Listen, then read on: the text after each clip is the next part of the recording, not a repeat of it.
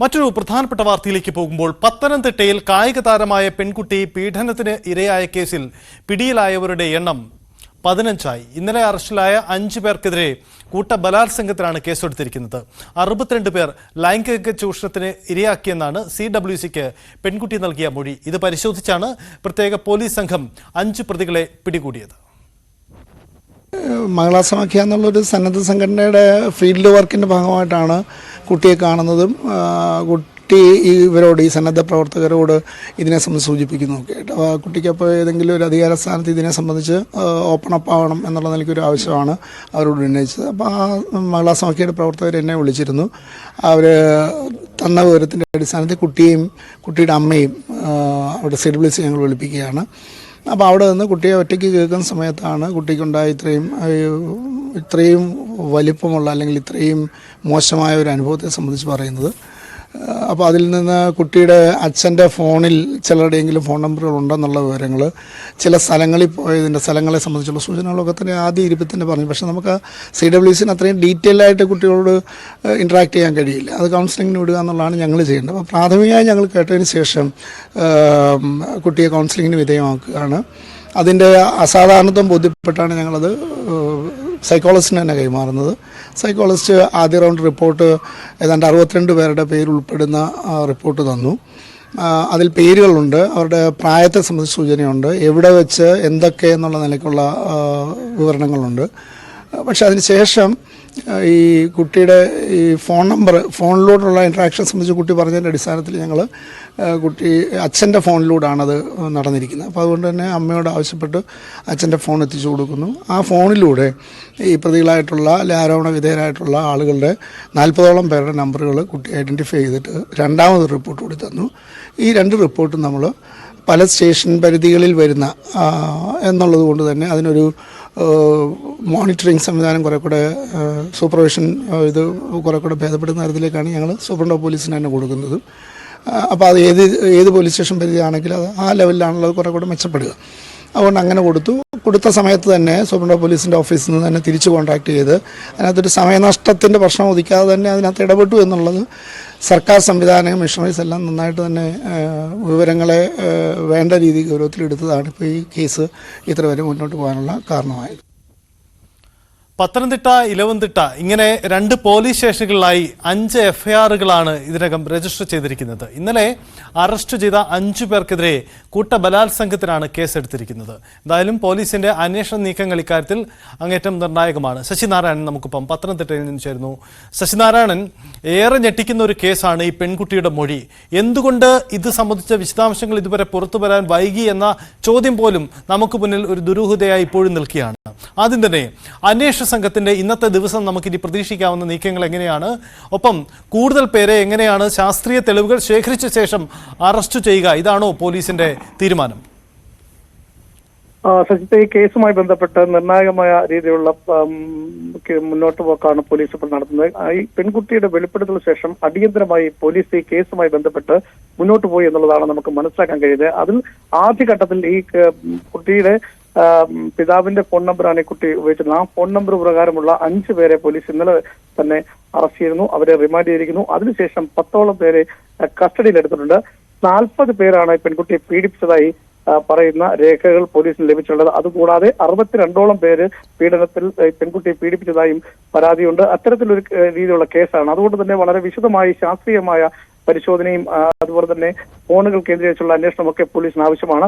പ്രതികളെ സംബന്ധിച്ചുള്ള വിവരങ്ങൾ കൂടുതലായി പോലീസിന് ലഭിച്ചിട്ടുണ്ട്. അത് ഈ പെൺകുട്ടിയുടെ പിതാവിന്റെ ഫോൺ നമ്പറാണ് പെൺകുട്ടി ഉപയോഗിച്ചിരുന്നത്. അതുകൊണ്ട് തന്നെ പ്രതികളുടെ പേരുകൾ, ഈ കുട്ടിയെ ബലാത്സംഗത്തിന് ഇരയാക്കിയ അല്ലെങ്കിൽ പീഡനത്തിന് ഇരയാക്കിയ ആളുകളുടെ പേരുകൾ കൃത്യമായി ഫോണിൽ സേവ് ചെയ്തിരുന്നു. ആ ഫോൺ നമ്പർ പ്രകാരമാണ് അവരുടെ മേൽവിലാസങ്ങൾ കണ്ടെത്തുകയും അവിടേക്ക് പോലീസ് എത്തുകയും അങ്ങനെയാണ് പ്രതികളെ അറസ്റ്റ് ചെയ്ത സാഹചര്യത്തിലേക്ക് ഉണ്ടായത്. എന്തായാലും ഈ അറസ്റ്റിലായിരിക്കുന്ന 5 പേരും ഈ പെൺകുട്ടിയെ പീഡിപ്പിച്ചത് കൂട്ടബലാത്സംഗം ചെയ്തു എന്നുള്ളതാണ് മൊഴി നൽകിയിട്ടുള്ളത്.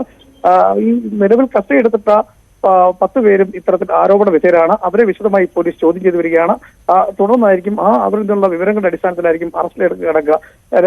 13 വയസ്സ് മുതൽ 18 വയസ്സ് വരെ പ്രായപൂർത്തിയാകുന്നവരെയുള്ള 5 വർഷ കാലയളവിലാണ് ഇത്തരത്തിലൊരു പീഡനം നടന്നിട്ടുള്ളത്. അതുകൊണ്ട് തന്നെ ഈ പീഡനം നടത്തിയിട്ടുള്ള വ്യക്തികൾ, ഈ കുട്ടിയെ ലൈംഗികമായി ചൂഷണം ചെയ്തവർ ചിലർ വിദേശത്താണ്, ചിലർ അന്യ സംസ്ഥാനങ്ങളിലാണ്. അത്തരത്തിലുള്ള ആളുകളെയൊക്കെ കണ്ടെത്തേണ്ടതായിട്ടുണ്ട്. അതിന് ശാസ്ത്രീയമായ പരിശോധന, അവരുടെ ഫോണുകൾ കേന്ദ്രീകരിച്ചുള്ള പരിശോധന ഇതെല്ലാം പോലീസ് നടത്തേണ്ടതായിട്ടുണ്ട്. ആ തരത്തിൽ പോലീസ് ഈ കേസുമായി ബന്ധപ്പെട്ട് മുന്നോട്ട് പോവുകയാണ്.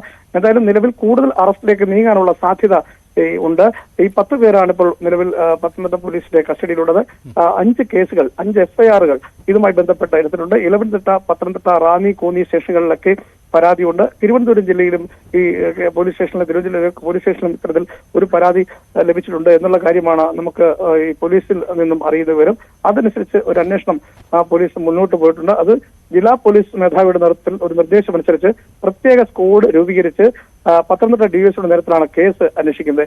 കേരളത്തെ ഒരു ഞെട്ടിച്ച വാർത്തയെന്ന് വേണമെങ്കിൽ നമുക്ക് പറയാം. കാരണം 13 വയസ്സ് വരെയുള്ള കുട്ടി നിരന്തരം പീഡിപ്പിക്കപ്പെടുന്നു. കായിക താരമാണ്, കായിക പരിശീലകർ, സുഹൃത്തുക്കൾ, അച്ഛന്റെ സുഹൃത്തുക്കൾ, അങ്ങനെ നിരവധി ആളുകൾ ഈ കുട്ടിയെ തുടർച്ചയായി 13 വയസ്സ് മുതൽ 18 വയസ്സ് വരെയുള്ള കാലഘട്ടത്തിൽ പീഡിപ്പിച്ച കേസുകളാണ് ഈ 62ഓളം പേരെന്ന് പറഞ്ഞ ലിസ്റ്റ് വരുന്നത്. അതിനപ്പുറത്തേക്കും ചിലപ്പോൾ ഈ ചങ്ങലയായി ഈ കേസിൽ പ്രതികൾ ഉണ്ടാവുന്നതാണ് നമുക്ക് ഈ അന്വേഷണവുമായി ബന്ധപ്പെട്ട് ഉദ്യോഗസ്ഥരിൽ നിന്നും അറിയാൻ സാധിക്കുന്നത്.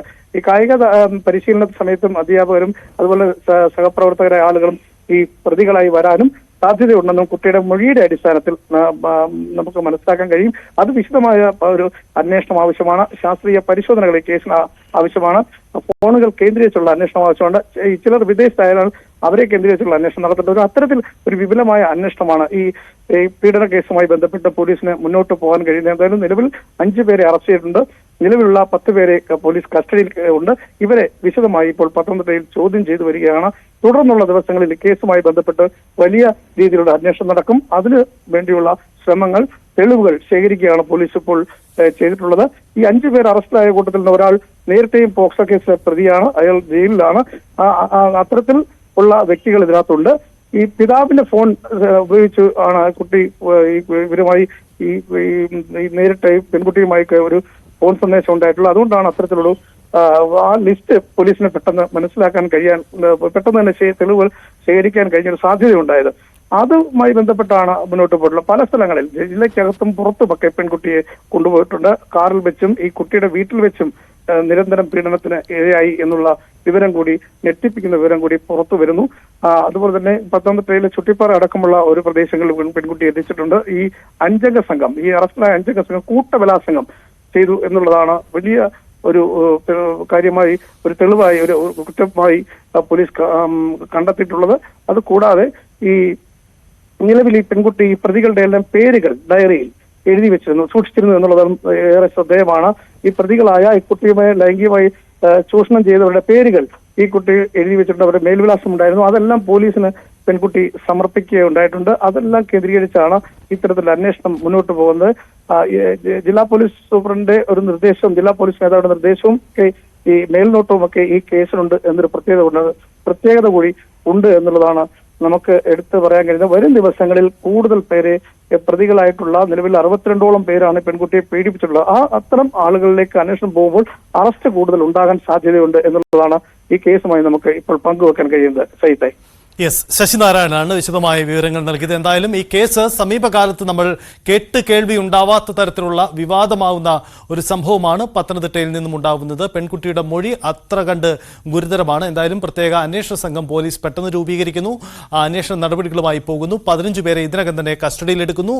ഒപ്പം പ്രതികളായി കണ്ടെത്തിയിരിക്കുന്ന പലരും വിദേശത്താണ് എന്ന സാഹചര്യം കൂടിയുണ്ട്. അതുകൊണ്ട് തന്നെ അന്വേഷണം നടപടികൾ അങ്ങേയറ്റം ദുർഘടമാണ് എന്ന സാഹചര്യം കൂടിയുണ്ട്. അന്വേഷണ നടപടികൾ മുന്നോട്ട് പോവുകയാണ്.